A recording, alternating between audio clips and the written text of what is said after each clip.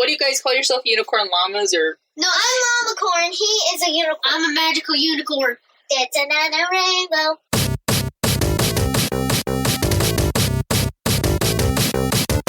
This is Unpause It, a podcast by a family of geeks. I'm Lady Disdain, and I'm 43 years old. I am the sauce underscore, and I am 11 underscore the data bytes 41. I'm Furious Girl, and I am 9. What did we watch? What are we talking about? We watched Ultron something. Okay, Doria, we watched Avengers, Age of Ultron. You know, I think Ultron can physically throw up in his mouth. He does mention that, like, he's like, if I could, I'm like, have you tried?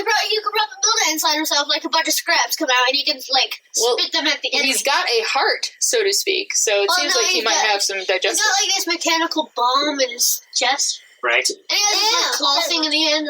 That's right. No, this is getting way too far ahead. It's really... Who's driving this one? It is I, Lady Disdain. Well, then drive it, you shall. I shall. Yes. I have one thing, but it's kind of sad the way that the heart comes out of him. It's because Scarlet Witch is sad because she just lost her twin brother. I know, right? No, it's a really. I actually really. What's one of my favorites? And guess what? What? I'm sad because there's no other super speed character in the whole Marvel Ultimate. I know. It's not like Dash could cross over from the Incredibles and become a super speedy guy. What about Flash? Can't he face Flash and Dash are the exact same. He can go through dimensions. I've seen him do it. Why do fast people always rhyme with Ash? Dash. What? Flash. Smash. Quicksilver. That definitely rhymes. Drop the mic right there. Not literally. No one wants to drop the mic. It's an expensive microphone. The mic so bad. By the way, we're using the Blue Yeti. It is a really large microphone, but works excellently well. Wait, it's actually called Blue Yeti. It is a Blue Yeti. It says blue, but it doesn't say Yeti. The company is blue. The company is called Blue. The microphone is a Yeti. And so that just happens to be a black blue Yeti. It's like a black and blue Yeti. It's a bruise Yeti. It's a Yeti that's awesome, that is fat, and it has a fluffy... All right, so I want to say for the record, it's the day after daylight savings time. I'm a little surprised at the energy levels going on in the room right now. Well, it's 7:16 in the post-meridian. Yeah. Normally it would be the 6:16 in the post-meridian. That's true. Forward. Were people lagging? Were they just kind of like zombies today for you guys? Yes, I fell out my face on purpose just now. Oh, you did. Yes, I did. You saw me right before the podcast. I'll do it again. You were screaming in a pillow that was different. Yes, but before that, I face planted on purpose. Oh my gosh. Did you not see that? Calm thyself. We're going to get cracking, though. Age of Ultron, as you mentioned, we're discussing Avengers Age of Ultron. So this is the second full Avengers assembled movie. I'd like to go over to the data bides and get some movie specs from you. Tell us about this movie in brief. Avengers Age of Ultron. Hooray. Released the 1st of May in the year of our Lord 2015. Infinity War is about to come out. Ragnarok was in November. Hooray! So it seems like, when did the first Avengers movie come out? What? Also in May. Okay, so we're seeing a trend, and we're going to see almost the same thing for Infinity War. Right, that's a big, that's the beginning of May is when studios like to put out their big stuff to make lots of money. Well, that makes sense.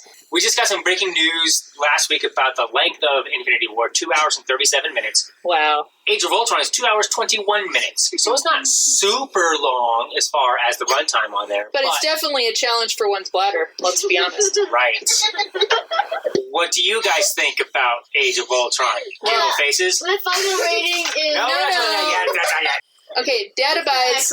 Please run down who's in this movie. This movie stars everybody. Directed by Joss Whedon, the last one he directed. Mm-hmm. And I wonder what happened behind the scenes, because after the Civil War was in production, right? And Civil War, people regard as the real Avengers sequel. Maybe. It's better than Avengers Age of Ultron, for sure. The direction that it went after Joss Whedon left is better than, I think, where it was going. Okay. But this is the last one he did. which means Joss Whedon has a lot of one-liners, a lot of good comedic moments. Mm-hmm. We got the Vision, Paul Bettany, who played Jarvis. Yes. All the Iron Man movies. Sad. It's really sad. It's not sad, but not. It's an evolution, man. Yeah. I mean, but Jarvis is gone, and now he has to use Friday. But we're introduced to Friday, you know? Everyone is in this movie. Robert Downey Jr., Who's Chris everyone? Evans, Mark Ruffalo, Scarlett Johansson, Chris Hemsworth, Jeremy Renner, James Spader as Ultron, Samuel L. Jackson as everybody else in every movie, Don Cheadle, Aaron Taylor Johnson, and Elizabeth Olsen introduced as the twins, Quicksilver and Scarlet Witch. Yeah. Our friends. Paul Bettany in physical form. That's right. Jarvis, Mm-hmm. Vision. Maria Hill has a big one. Anthony Mackie as the Falcon. Haley Atwell as Peggy Carter in a space mind stone induced hallucination. We've also got references to Winter Soldier, but didn't really do good much here. Idris Elba. Oh, yeah. Scenes as well. Stella Skarsgård. He's got his pants on this time. I know. I was kind of wondering if they would have they could have made a quip about better get my pants, because that was so funny in that one. So we've got Andy Serkis as Ulysses Klaue, who we see in Black Panther. So Black Panther is a sequel to this movie and Civil War together. That's because we see Black Panther and Civil War. But Thor Ragnarok is a direct sequel to this movie because of the Hulk. That was Dark World's, moment of truth. That's, the best part of Dark World. So, you can't steal it from Dark World. Otherwise, it would just be, a sad mixture of, Well, I was saying they could have referenced it and brought Dark World's prestige up a little bit, maybe. Yeah. So we have Andy Serkis as Ulysses Klaue. Stan Lee makes a cameo. Of course. What else have we got going on in here? everything. Right. And then a bunch of other That's a lot. That is a stacked ensemble. I Lots wanna of be everybody. people going on. Right. I Which, wanna be part you of guys, everyone. doesn't even hold a candle to what we're going to see in Infinity War. Just, literally everyone Well, is really, in the even movie. Civil War, Yeah. 2 movies later. Most Right. of the people listening to this right now aren't part of everyone, and that's kind of sad. I Okay. would like to say something on Infinity War before I forget it. I hope that I see the Guardians, the Avengers, and most of the other main characters along the MCU, all lined up together around Thanos. I don't think we see that. I don't think we see it. I mean, I think we see them all in separate places. They haven't come together yet. yeah, the scope of it. I mean, it'll be really interesting. I'm really, honestly curious to see how that. But we're digress. We're That's a different one. not in Infinity Wars yet. Okay. So, anything else about movie specs? No. We hope kids listen to this podcast and we understand there are limits. There are people who listen to this podcast that are kids. I know a few. I know, and And you know. thank you for totally just repeating what I said. That's awesome. That was emphasis. What? It was emphasis. Let's just jump into villains. I want to talk about the villains. I'm going to go to Furious Girl, who is a villain that you wrote down. Tony Stark. Really? Yep. You wrote down Tony as a villain? He's evil. Wait, do tell why. Why is he a Why? villain for you? I have no idea. Well, come on. You got to have some We worked here for a ideas. reason. Is he... I wrote it down for her. I have no idea. Okay. Willis, how about you? Who do you think? So, Ultron, definitely. But who originally created Ultron? Tony Stark. That's probably why you both have it down. I see super armor around the world, and I quote from Dr. Banner, pretty cold world. That's And it right. would be a dead world, too. So, Right. That's legit. so what I am saying is that Tony Stark is the bad guy, because every time he's like, yeah, make better, and every time he creates the bad guy. Think about how many times he's done this. Well, and if we think forward, I mean, he tends to be one who causes conflict sometimes more than solving it, or comes in to solve the same conflict he caused, right? Right. He also made the Mandarin, also known as the fruit. Right? He created demons that generated the Mandarin and Aldrich Killian later down the line. That's true. All right, so that's interesting. I think it's kind of key and crucial that you guys wrote down Tony Stark. Dad Abides, who did you have down for villains? I had Ultron. Yes. Strucker. Yeah. Small minor character. We've seen that kind of popping up in other movies, future movies. I think that was kind of the first time we saw minor villains showing up in the movies with a pivotal kind of key role. Yep. Civil War, we see Crossbones. He was introduced in Winter Soldier, so we kind of see a 2-movie arc there. Some other ones that were minor. Claw is kind of minor, right, in Black Panther, so he's not the main villain, right, Killmonger, but we see minor villains being introduced here and there, and I thought that was worth mentioning. Agreed. We have a Scarlet Witch and Quicksilver, who change sides. Yeah. Because she sees into Ultron's mind, because when the Vision is being created and he's connecting to the Vision's brain, she's able to then read him. So she has limits. They have limits as to how far they want to go to destroy the Avengers. They didn't want to destroy the world, but they saw the Avengers as bad for the world. Just like in Civil War, where they had the Sokovia Accords. Right. This is Sokovia. So we're seeing that sentiment placed here for the movies coming forward. So those are the villains that I had put down. Sauce, what you got? I think that we were mentioning Civil War too much. Hasn't even happened in our order yet, so we should stop talking about it. We know, we're talking more in context. This is context of this movie. So we just talked about some villains, and Dad abides, I'm gonna say too, he alluded to Scarlet Witch and Quicksilver. Start out kind of bad news, bad side, wrong side for us. Yet you see why they're doing it. They're very upset at Tony Stark and the Avengers, and so they want to get vengeance on them because their parents are dead, right? So it's pretty legit for them. And they went so far as to volunteer to be experimented on by Strucker. Now they have these superpowers. Did you guys catch that though? Strucker took in all these people to experiment on them. The twins were the only 2 that survived. So he basically killed everybody he was trying to put that superpower from the Mind Stone into, I think. Is that what he was using? Yeah, I'm not sure. That leads us to the question of, did Strucker know that there was a Mind Stone in it? Right. I don't think so. Yeah, I think Ultron figured it out pretty quick. I think no one, especially Thanos, knew about it. And we've had this whole, we've had this whole Scepter Thanos talk, so go watch that podcast. I'm not going to talk about it. So we'll just go on the assumption that no one really knew that there was a Mind Stone in it, except for Ultron, because he could see how it was coming about, and he was intimately connected with it because that's what caused his download into the Ultron program was the Mind Stone. So he was self-aware of his own stone abilities. The thing that generated him, exactly. Right. Let's hop to weaknesses, vulnerabilities. I'm going to start this off. One of the things I wrote down, which kind of, again, drives back to the fact that Scarlet Witch and Quicksilver, but I'm talking about Scarlet Witch right now, started out as a bad influence, a bad side. You know, at the beginning they enter the battle, which we'll talk about a bit, the battle for Loki's scepter at that compound in Sokovia. She uses her power, and basically she is the weakness for every single Avenger except for Hawkeye, and only because he gets to her before she gets to him. He's like, nah, I don't want any more mind control. But she takes down each of the Avengers, does she not? Right. Even Thor. Yeah, even though he is mighty. So the point that Lady Zane is saying here is it's been stated by the bigwigs at Marvel that perhaps you always have this comic book trope. Who's the most powerful superhero? Is it Batman? Is it Superman? Is it Thanos? Is it Hulk? Is it this or is it that, right? Right. Wolverine or Professor X. Right.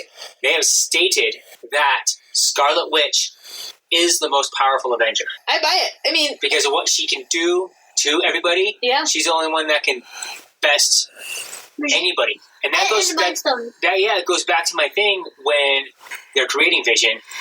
Had Ultron ultimately placed his mind in Vision, it would have actually been better for the world because Sokovia wouldn't have happened. She would have seen it and immediately overpowered him. Yeah, that's true. In my opinion.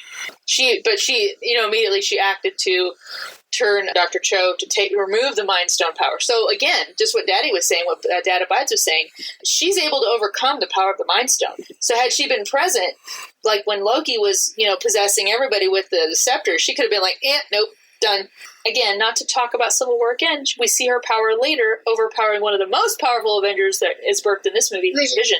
What do you got? It's very weird because, how can somebody have powers that are more powerful than an Infinity Stone, and those Infinity Stones created the entire universe. You know what's interesting? No, they were just there when the universe was created. They've been there. You know what's interesting that I just thought of? Like, just now in my brain. You know how, like, she gets going with her arms and then she got the red tendrils coming out? That reminds me of the Reality Stone. Right. I mean, she messes with mind, A bit. but that just is an interesting... And I was Scarlet Witch at Was that Comic-Con. an apostrophe? Did lightning strike? Yes, it was an apostrophe. I think you mean an epiphany. And if anyone can think what that movie is from, write us. P.O. Box 1343, Englewood, I'll send you Colorado. $1 in the mail. 80150. Write us what your guess is. Right now, because I know what the movie is, and it's all they think. So, any other weaknesses, vulnerabilities? We talked about Scarlet Witch pretty much taking down the team. What is the weakness of Scarlet Witch, kiddos? Hi. No. In that one moment, but overall, what's her weakness? She believes she can't do it. She's conflicted. A bit, yes. She's young is basically what you're getting at. That's true. That's right. Her brother. Yeah. Right. It's sad. But what happens? So, But it's also her power. right. Oh my gosh, right? When she lost it because she felt him die, She destroyed about 20. just Exactly boom, at right once. there. So that's what we're saying, that was just an inkling of her power. That rage. I mean, she kind of went Hulk right there, where she's like, and now, bam. It dissolved. Can you imagine, though, you guys, can you imagine if one of the Avengers or a person had been immediately around her right then? Right, just She just was kind of like out of control, vaporized everybody around me. right. Yeah, that's You? legit. You or Scarlet Witch? Scarlet Witch. No, I wouldn't vaporize everybody. Around you, like if you were standing right there, me. around you, the grammatical you, not the literal you. Data Bites, did you have anything written down for weaknesses, vulnerabilities? Nope. What about Tony's weakness? Yeah. Oh, he can't. He's like, oh, my friends died. I can't operate without me. He believes what Scarlet Witch told him. He showed. I wasn't tricked. I was showed. Yeah, Stark. I think you're a little messed up in here and a little self-conflicted, and you're just like, meh, my character now. Right. Georgia? But during that moment, the sauce, as in happy sauce, there was this space worm thingy, Uh-huh. and from later movies, well, past movies, he kept on having nightmares, and his weakness was having those nightmares, and those nightmares were about then, and so he was probably flipping out. No, you're right, Georgia, because in Iron Man 3, we see Tony is dealing with PTSD, where he's reliving the helplessness of feeling like he can't, whatever is through that wormhole, through that hole into the cosmos, he's not able to stop it. Right. And that manifests into this movie where he's like, I gotta be able to stop that. I gotta rescue everyone. And so that leads to. Well, what does Fury say to him? What really messed him up was that he wasn't dead. And everybody Everyone else was. Everyone else was dead. Which, you guys, predictions, really quick. Who do you think's gonna die? I'm gonna go one by one. In the first 5 minutes of Who do you think's gonna die in Infinity War? Furious, go first. Tony Stark! Who do you think? Loki. You think Loki's gonna die? Okay, no! I know. The last part of Thor Ragnarok, when Thanos' ship come up, then, Oh, quit talking about movies that are in the future. okay. I asked for it.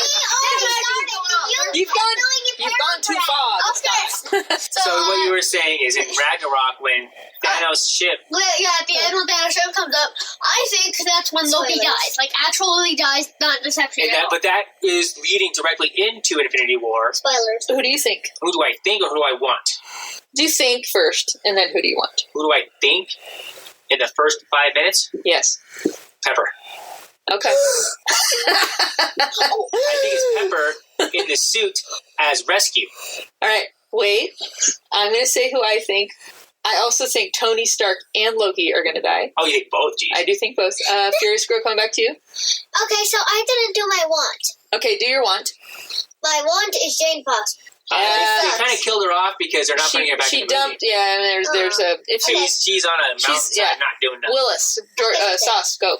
So, I didn't do my want either. My want is, I want Tony Stark to die. I hate him. He's rather pompous. He's really run his course. I mean, I feel.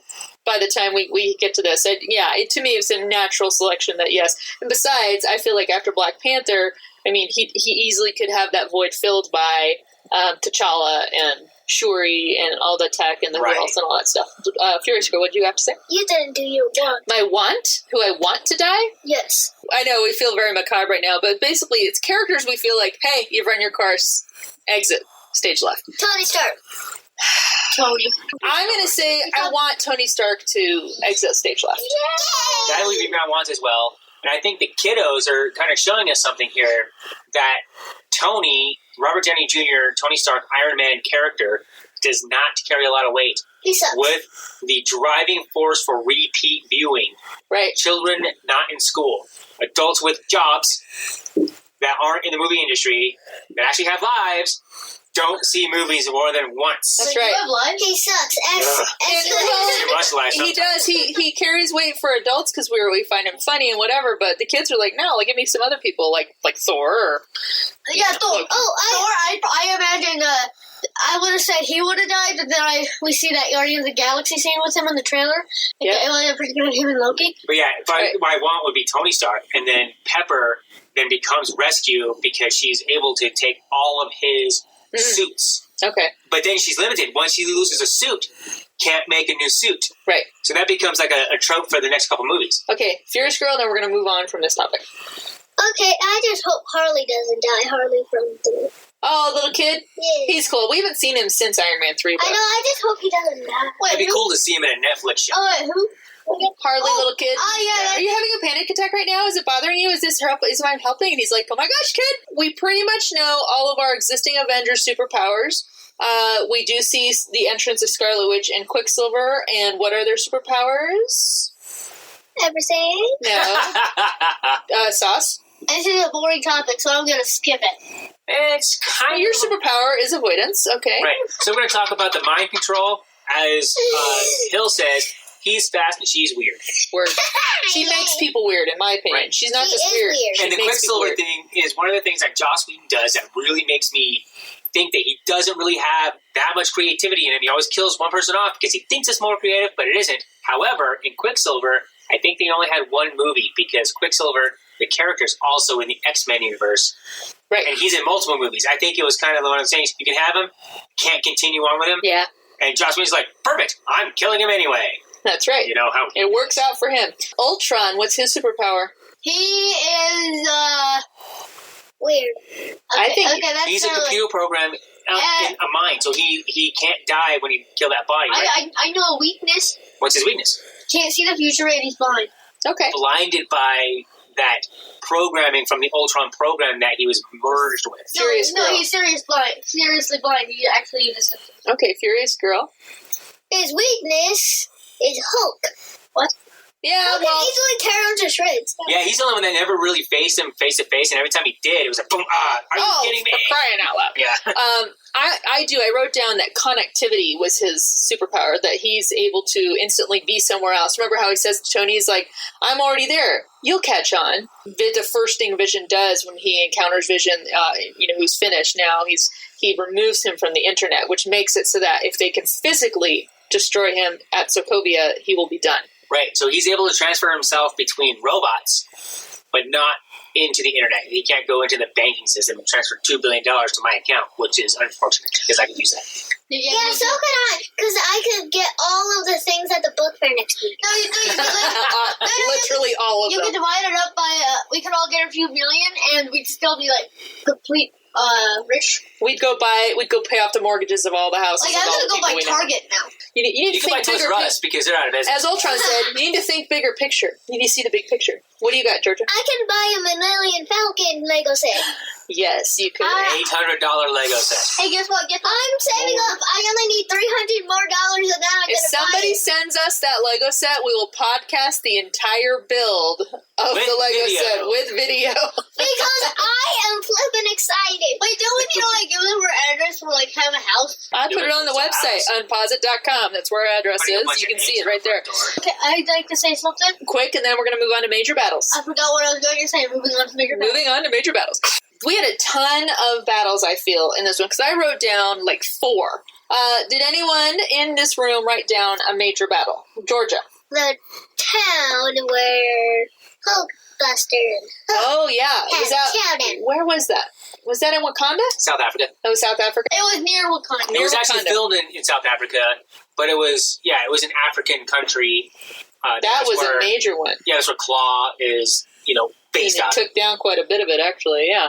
Sauce, what about you? Major battle? Language. Hydra base. Hydra base? Yeah, so the battle, is that Loki's scepter battle? Yeah. Yeah. That was really good. That was, which we'll get into in favorite character scenes and lines. That definitely had some great ones coming up. Data Bides, would you write down anything for major I battles? didn't really write down major battles. I wrote down some favorite scenes and stuff, though. Okay. What? Well, we also have Ultron's first appearance when he comes out at the house party, and so he has a quick, major battle with all the Avengers, basically announcing himself and what his intention is. Right.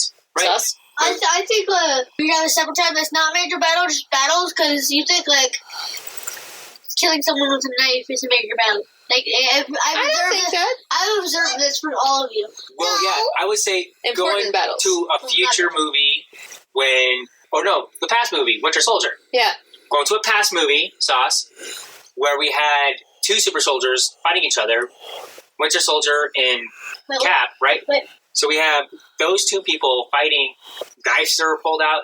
That was a better battle than any of the battles in this movie. Wow, bold statement. And the reason I say that is almost all of these battles, even if they're grander in scope, giant thing coming in there, felt just like the fighting in Avengers. Wow. It didn't feel that much different.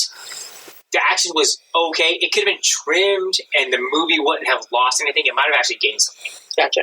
I think where people could say, yeah, this one felt just like a rehash of the first one, I think it's the fighting parts. There was too many just action scenes in it, and that could have been condensed, and it could have had a more character-driven story. But that's just my opinion.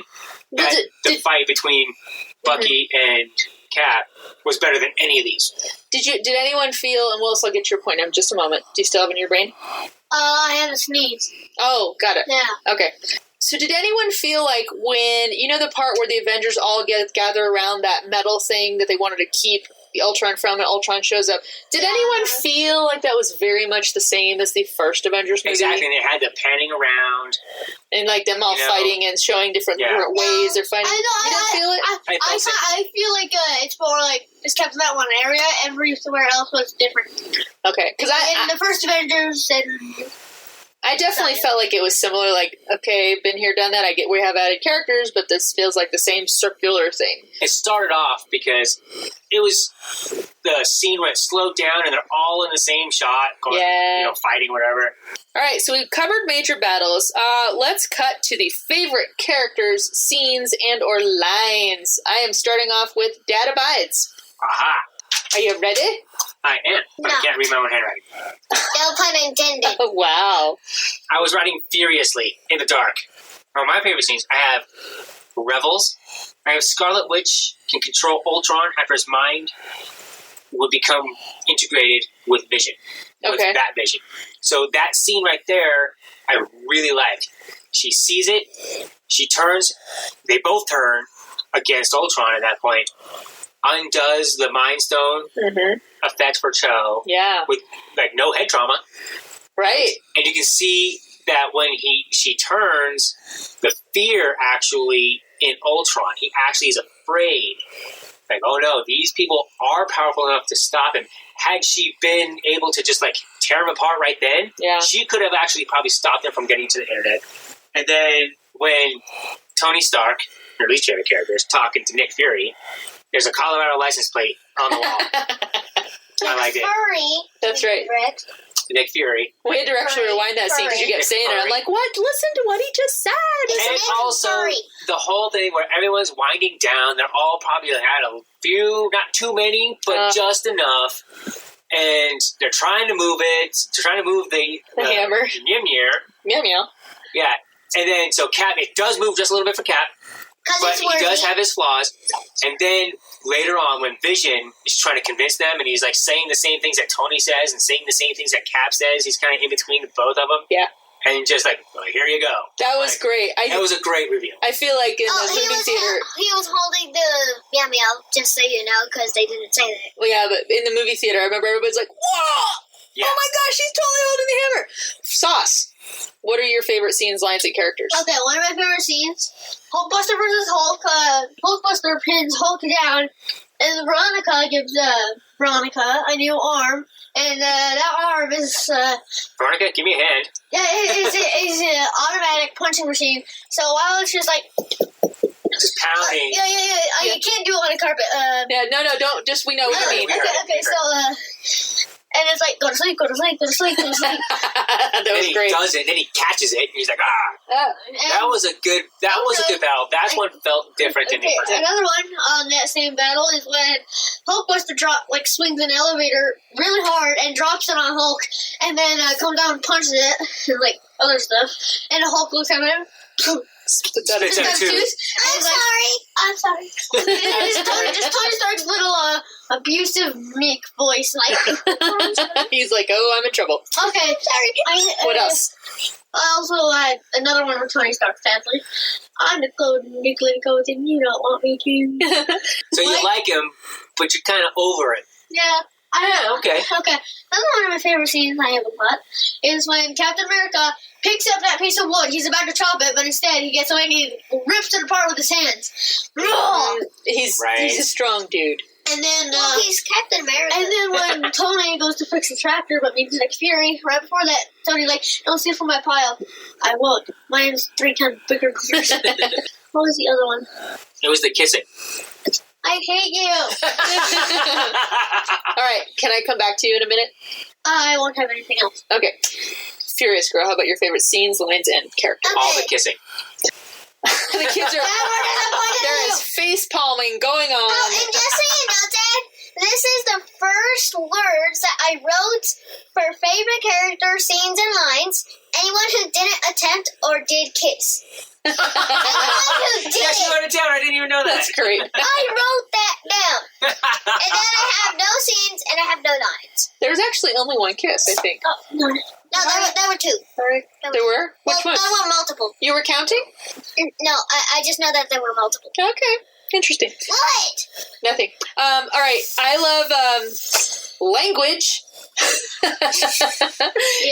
which is a running gag throughout the whole team. You kiss your mother with that mouth? It's like, Fury, you son of a murder. Careful, Steve. That's a bad language word. When Hill says at the party, Steve, you said a bad word.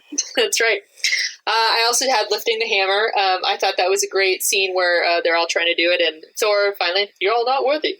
Do you guys remember this one? And it's just creepy, and it's really good.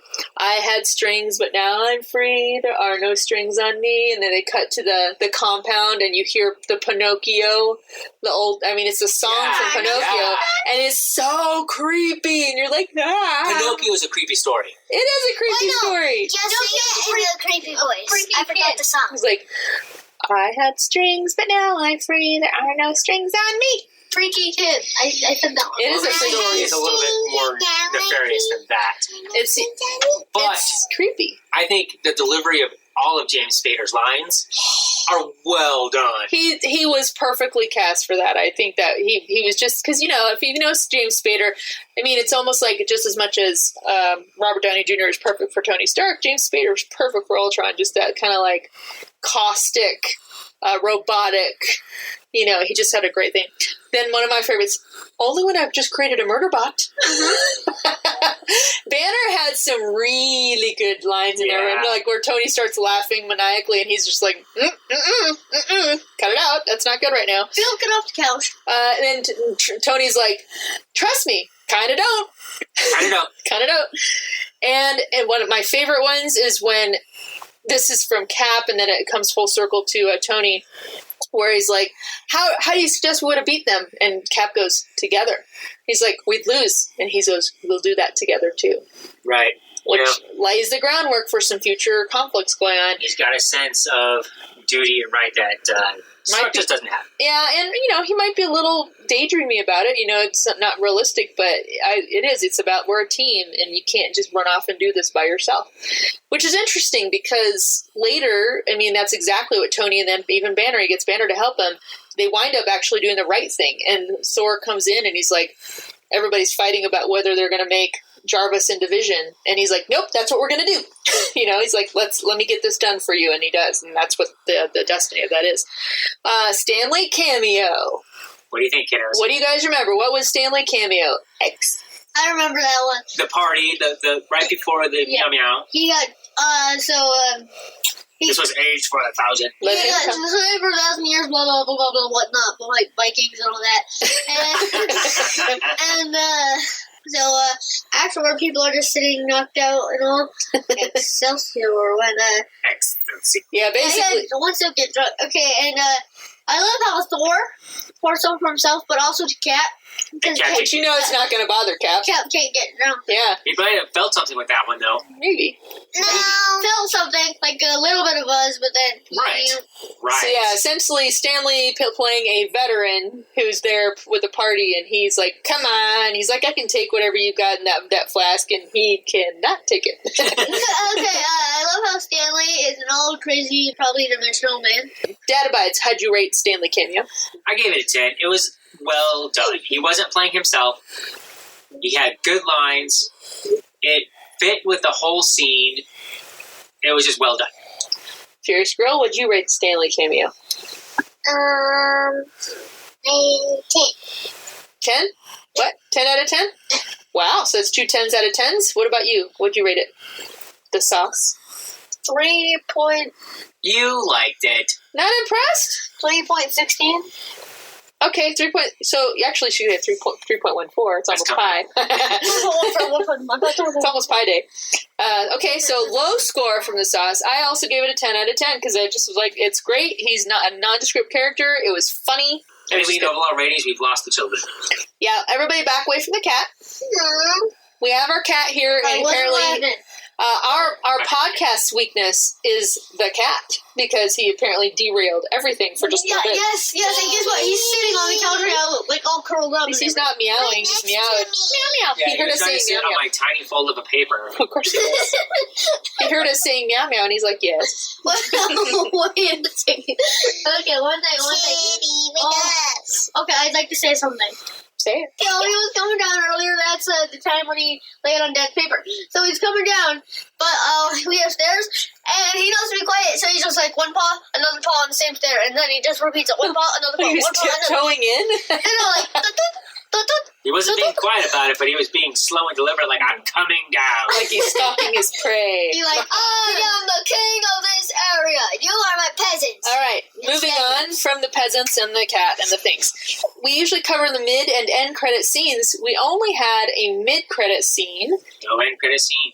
Data Bites, what was the mid-credit scene? Describe. Infinity Gauntlet, fine, I'll do it myself. From Thanos, spoken by Josh Broke. That's right. So I'd like to get your ratings for that mid-credit scene. Sauce, go first. Meh. Okay. I don't know what a meh would be like. That's okay. Probably about a 4 out of 10. I'm firmly in that meh category as well. Yeah, okay. Why are you meh? It's just like, Because you're just meh. it's just so horrible. Like, Yeah. It's like, meh. it's just like, there's no point to it. So, Georgia, what did you think, Furious Girl? That the Thanos get in the gauntlet in the mid-credit scene? Or you're also meh? I mean, I guess I am meh, too. I was the whole time trying to, look and say, can I determine where in the universe this is happening based on what's opening the gauntlet to him? I guess it's just on a ship. It was in an Apple store. Yes, it was. It was totally in an Apple It was store. in a Gold's Gym locker. It was a California Apple store. It was one of those storage units. So Okay, so overall rating? Yes. Are you ready for my unit? My unit of measure? The unit of measure. So I was thinking of Excelsiors. I didn't go with that one. I'm going to go with cuttlefish. Oh, from How many out of 10 cuttlefish? 2. All right. I would like to get Furious Girl your overall rating of this movie. How many cuttlefish? 2/those/bit. 2 cuttlefish? You wouldn't want to watch this movie again? Never. All right. Okay. It was Wow. the worst movie I'm ever. going to have to look back and see what your ratings were for. Fancies of a Dad abides. What's your rating? 8.5. 8.5. Cuttlefish. The Thor and Infinity Stone scene was really good. The Hulk fighting scenes were pretty good. Mm-hmm. But the Banner, Tony Stark banter was, the dialogue was better than any of the fighting scenes, really. So, but it still had those flaws a little bit. So 8.5. Okay. 6.6. 6.6 out of 10 cuttlefish. 6.66. Ooh. I know, we're like 3.14, 6.4. I'm going for one better. All right, and I'm going to give it 7.75 cuttlefish out of 10 because it was pretty decent, but again, not my favorite. It's up there. It's just not like the best. It's not a Captain America Winter Soldier. Right, when you see Civil War it's not Guardians of the versus Galaxy this one, you're like, Ultron could have been so much better. I agree. Dead Abides, please lay down some box office numbers for us. Box office for Avengers Age of Ultron, released in May 1st of 2015, had an opening weekend of $191 million. Wow. And I don't think that was a 4-day weekend or anything. Black Panther, for context, which is just blowing up the box office. Right, over 1 billion It's about now. to die off really hard because the summer movie is going to push it out. Sure. I'm going to talk about that here because this was the beginning of the summer movie scene for this movie. Just a little bit of technical money-making things and how, some movies make money and some make weird numbers. You can't really go by all the numbers. So $191 million opening weekend, $459 million for its run, Mm-hmm. 946 overseas, so for a total of $1.4 billion. Made more money than the first one. Wow, yeah, I would say. By $200 million or so. It was in release for 161 days. 23 weeks. Dude. Right. So that's almost half a year. Right. It ended its theater run October 8th. When you start a movie at the beginning of summer, it works better. Yeah. Had Last Jedi not been a Christmas release, right, I think it would have made more money, actually. Yeah. The controversy would have made more money about that one. So the next movie, because I said Ant-Man was the next movie the last podcast, we're going to edit that out. Probably edit this out, too. The next movie is Ant-Man. That closes out Phase 2. Phase 2. Set your phasers on 2 of the Marvel Cinematic Universe. That's right. And you're going to lead Ant-Man because you really dig it. I really dig it. I dig it because it's a dude trying to take care of his family. Mm-hmm. Doesn't really know how to take care of his family. Yep. That's kind of pretty much every dude that wants to take care of his family. Not every dude meets an eccentric, super genius scientist with a shrinking suit. That's true. I think that's rare, pretty much. Yeah. Yeah, and a lot of things we're going to talk about in that movie are the comedy aspects of it. Mm-hmm. It's a heist movie. It's Paul Rudd. Right. Yeah, and Baskin Robbins. We always find out. On that note, thank you for listening, and don't forget to visit us at unposit.com. And you guys, remember, you can mail us stuff or thoughts or whatever, just nothing that's, poisonous, to P.O. Box 1343, Englewood, Colorado, 80150, Unposit. And we'll see you next time.